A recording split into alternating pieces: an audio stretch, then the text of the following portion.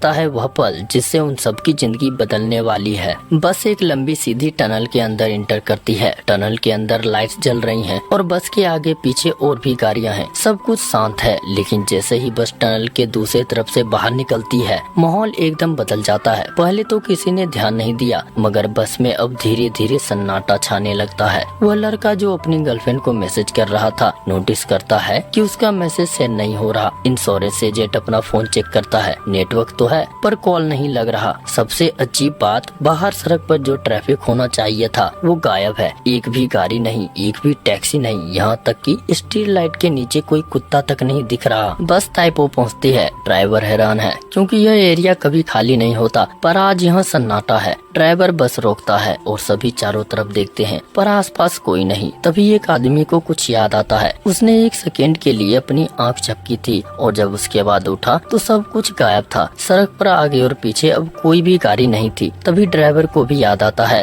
कि जब वो गाना बदलने के लिए नीचे झुका और फिर आगे देखा तो कुछ भी नहीं था। और उसी वक्त बाकी पैसेंजर्स ने भी अपनी आंखें बंद की थी। मतलब इसी वक्त कुछ ना कुछ हुआ था, मगर क्या, किसी को पता नहीं। इंश्योरेंस एजेंट बोलता है शायद हम सब मर चुके हैं। सारे पैसेंजर्स डर जाते हैं। तभी वो अजीब सी औरत बोलती है हम मरे नहीं हैं, शायद हम किसी और समय में आ गए हैं। क्या हुआ है यह देखने के लिए कुछ लोग हिम्मत करके बस से उतरते हैं। वो देखते हैं कि दुकानें खुली हैं, रेस्टोरेंट में खाना टेबल पर रखा है पर खाने वाला कोई नहीं है। ऐसा लग रहा है जैसे पूरी दुनिया से लोग एक ही सेकेंड में गायब हो गए हैं। यहाँ लोगों में बेचैनी शुरू होती है। कुछ लोग चिल्लाते हैं कि कोई है, पर सिर्फ अपनी ही आवाज गूंजती है। वो इंटरनेट चेक करते हैं और तब उन्हें सबसे बड़ा झटका लगता है। पूरी दुनिया की न्यूज वेबसाइट रात के 2:08 के बाद अपडेट ही नहीं हुई है। मानो उनके लिए वक्त वहीं रुक गया हो। वह लड़का और एक लड़की साथ में बात करते हुए जा रहे होते हैं। तभी उस लड़के को दूर सड़क पर एक मास्क में पहना आदमी दिखता है। उसे देखकर लड़का डर जाता है, मगर जब वो दोबारा उसे देखता है तो वो मास्क मैन गायब हो जाता है। ये बताने के लिए जब वो उस लड़की की तरफ देखता है तो उसकी सांसें थम जाती हैं। लड़की का चेहरा नीला पड़ गया है और उसके बाल हवा में उड़ रहे हैं, लेकिन दूसरे ही पल लड़की नॉर्मल हो जाती है। जिन 4 स्टूडेंट्स को रास्ते में उतारा जाता है उसमें से एक को उल्टी होने लगती है और उसकी तबीयत बहुत बुरी तरह से बिगड़ने लगती है और उसका शरीर अजीब तरह से कांपने लगता है। उसके तीनों दोस्त जब उसे देखने जाते हैं तो उस लड़के के शरीर से धुआं निकलने लगता है और उसके शरीर का सारा मांस गल जाता है। यह देखकर तीनों लड़के अपनी अपनी जान बचाने के लिए भागते हैं। भागते भागते उसे वही लड़का मिलता है जिसने मास्क वाले आदमी को देखा था। वो तीनों उससे मदद मांगने के लिए जब उसके तरफ भागकर जा रहे होते हैं तो रास्ते में लाल टी शर्ट वाले एक लड़के का शरीर राख में बदल जाता है और उसके साथी का भी। आखिरी लड़के का चेहरा फूलकर ब्लास्ट हो जाता है। इसी बीच सबके फोन से एक साथ बजने लगते हैं। एक अनजाने नंबर से कॉल आता है। जब वो कॉल उठाते हैं तो दूसरी तरफ से कोई इंसान नहीं बोल रहा, बल्कि एक अजीब सी मशीन जैसी आवाज आ रही है जो बीप बीप करके कुछ कोड बोल रही है। वो अजीब सी बीप बीप वाली आवाज दरअसल एक मोर्स कोड है। बस में बैठा एक चश्मे वाला लड़का जो टेक्नीशियन है उस आवाज को डिकोड करने की कोशिश करता है। जब वो कोड को लैपटॉप पे एनालाइज करता है तो उन्हें एक मैसेज मिलता है, पर वो मैसेज उन्हें और भी डरा देता है। वो मैसेज किसी राहत या मदद का नहीं था, बल्कि एक चेतावनी जैसी लग रही थी। अब तक सबको लग रहा था कि शायद ये कोई मजाक है, पर मौत का नंगाना शुरू होता है। उनमें से एक लड़का जो काफी एनर्जेटिक था और सबको हिम्मत दे रहा था, अचानक उसके शरीर में आग लग जाती है। लोग उसके तरफ भागते हैं, पर देखते ही देखते उसका शरीर पूरी तरह से जल के राख में बदल जाता है। यह देख के सभी लोग इतना डर जाते हैं कि वो वहाँ से भागते हैं। जब वो वहाँ से भागकर बाहर आते हैं तो वही मिस्टीरियस आदमी उनको घूर रहा होता है। उन्हें लगता है कि वही इन सब का जिम्मेदार है। वो उसका पीछा करते हैं। पीछा करते वक्त एक आदमी को एक लड़की की लाश मिलती है जिसका बहुत बुरी तरह से रेप किया गया था। वो लड़का और एक आदमी मिलकर उस मास्क वाले आदमी को पकड़ लेते हैं, पर जब उसका मास्क हटाते हैं तो वो कोई एलियन या मॉन्स्टर नहीं, बल्कि एक डरता हुआ इंसान ही निकलता है जो जापानी भाषा में कह रहा होता है। वह लड़का बार बार अपना मास्क मांग रहा होता है जैसे कि बाहर की हवा में कोई जहर हो, लेकिन डर के मारे वो लोग उसकी बात समझ ही नहीं पाते और वो मास्क वाला आदमी उनके हाथ से निकलकर भाग जाता है। वह लड़का अपनी गर्लफ्रेंड को सपने में देख रहा होता है। तभी अचानक उसकी आंख खुलती है। योतसाई को उसकी गर्लफ्रेंड का कॉल आता है। वह रोता है और कहता है कि वो लोग बस में फंसे हैं और सब गायब है, लेकिन उसकी गर्लफ्रेंड जो कहती है वो सुनकर उसके रोंगटे खड़े हो जाते हैं। वो कहती है है, तुम कहाँ हो? तुम्हें गए हुए 6 साल बीत चुके हैं। यानी बस के अंदर बैठे लोगों के लिए बस एक रात गुजरी थी, पर बाहर की दुनिया के लिए 6 साल निकल चुके थे। अब तक 17 लोगों में से काफी कम बचे हैं। सब लोग एक कैफे में जमा होते हैं। तभी अचानक उस लड़की के बॉयफ्रेंड का चेहरा नीला पड़ने लगता है और उसका शरीर धीरे धीरे राख में बदलने लगता है। अब उन सबको समझ में आता है कि यह कोई नॉर्मल गायब होना नहीं है, बल्कि उसके शरीर में अंदर से कुछ ऐसा हो रहा है जो उन्हें अंदर से जला रहा है। यो तसाई उन्हें बोलता है कि कल मैं घर गया था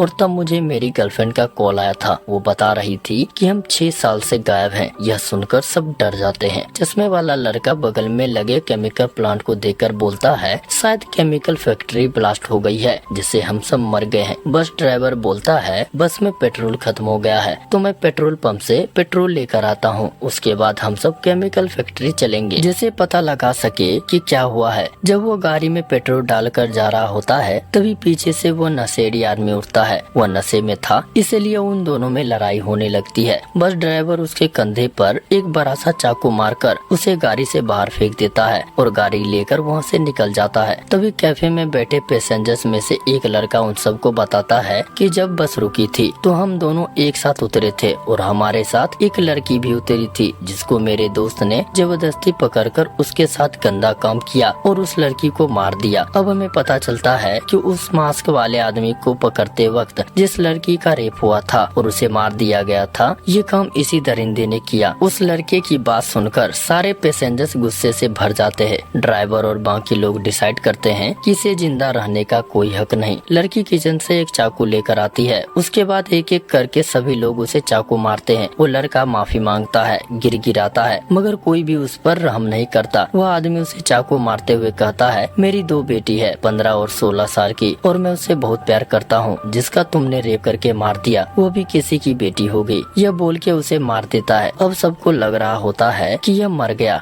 लाश को ठिकाने लगाने के लिए 2 लोग जाते हैं। अलमारी में रखते वक्त अचानक से उसकी आँख खुलती है और वो उठ खड़ा होता है। वो हथियार उठा लेता है, मगर वह चश्मे वाला आदमी उसे अपनी बातों में फंसा लेता है और उसे बोलता है कि तुम पहले अपने दोस्त को मारो जिसने तुम्हारा राज खोला। उसे मारने के लिए जैसे ही वो आगे बढ़ता है, चश्मे वाला लड़का उसे पीछे से जोर का मारता है और उसे पीट पीट कर मार देता है। उसके बाद सभी अपने अपने जरूरत का सामान लेकर उसी केमिकल फैक्ट्री की तरफ निकलते हैं। तभी उन्हें बाहर बहुत सारी गाड़ियाँ और लोग दिखते हैं जिन्होंने वही गैस मास्क पहना हुआ है। ये पूरी की पूरी एक आर्मी लग रही है। ये लोग उन्हें पकड़ने के लिए आगे बढ़ते हैं। वो सब भागकर वापस अपनी उसी पुरानी मिनी बस में बैठते हैं। बस अब उनका एकमात्र सहारा है। बस ड्राइवर जो थोड़ा जख्मी है बस को पूरी रफ्तार से भगाने लगता है। उनका पीछा वो मिस्टीरियस मास्क मैन कर रहे हैं। सूनी राहों पर बस की रफ्तार और पीछे से आती उन गाड़ियों का डर मानो कोई वीडियो गेम चल रहा हो, लेकिन ये कोई खेल नहीं था। उनकी बस को टक्कर मारा जा रहा था। इस भागदौड़ में बस की हालत बहुत खराब हो जाती है। तभी अचानक आसमान से लाल रंग की बारिश होने लगती है, मानो खून बरस रहा हो। ये बारिश नॉर्मल नहीं है, क्योंकि जो भी इस बारिश में जाता है उसकी स्किन जलने लगती है। तभी वह नशेड़ी आदमी बस के आगे आकर बस रोकता है, क्योंकि अब उसका नशा उतर चुका है और उसकी गर्दन में अभी भी वह चाकू फंसा हुआ है। नशेड़ी बस में चढ़ता है। ड्राइवर उसे कहता है कि इसे निकाल देते हैं, पर नशेड़ी मना कर देता है। वो कहता है, जब तक ये चाकू अंदर है खून रुका हुआ है, अगर इसे निकाला तो मैं मर जाऊंगा। वह नशेड़ी यो तसाई जो बस चला रहा था उसे पूछता है कि तुम सब कहाँ जा रहे हो। पहले वाला बस ड्राइवर बोलता है कि हम माउंटेन पर जा रहे हैं जहाँ केमिकल फैक्ट्री है। नशेड़ी बोलता है कि हमें माउंटेन पर नहीं बल्कि उसी टनल से वापस जाना चाहिए जहाँ से हम आए थे। रास्ते में उन्हें वही लड़का दिखता है जिसे उन्होंने थोड़ी देर पहले बस से उतार दिया था। वो बारिश में भीग रहा था और दर्द में था। पहले लोग उसे छोड़कर जा रहे थे, लेकिन फिर उन्हें एहसास होता है कि इस दुनिया में उनका एक दूसरे के अलावा कोई नहीं है। ड्राइवर बस रोकता है और उसे वापस अंदर लेता है। रास्ते में आते समय सब अपने अपने हसीन लम्हों को याद कर रहे होते हैं।